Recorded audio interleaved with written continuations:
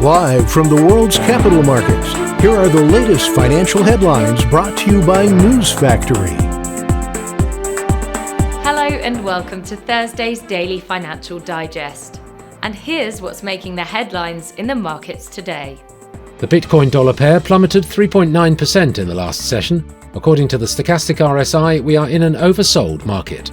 The euro-dollar pair saw a minor dip of 0.1% in the last session. The ultimate oscillator is giving a positive signal.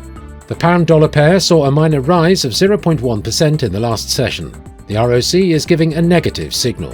The Aussie-dollar pair made a minor downwards correction in the last session, dropping 0.2%. The MACD is giving a positive signal. And now let's hear what our chief analyst picked up for us today. Netflix Inc.'s shares fell nearly 3% after the streaming pioneer forecast current quarter revenue and profit below Wall Street estimates, hit by a delay in the wider rollout of its solution to password sharing. UK inflation remained above 10% in March, far higher than in the United States and Europe. Consumer prices rose 10.1% last month compared with a year ago, down only slightly from 10.4% in February.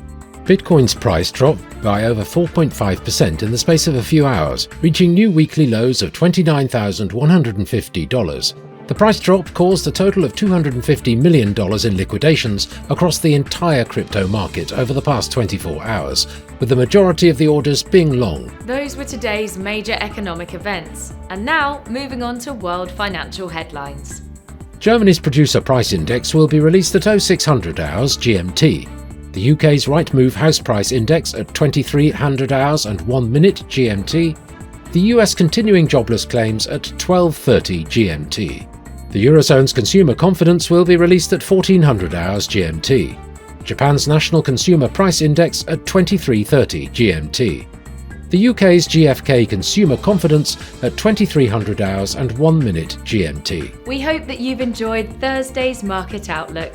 On behalf of all of us here, we wish you a productive trading day. Be sure to join us tomorrow morning for the latest news and events from the financial markets.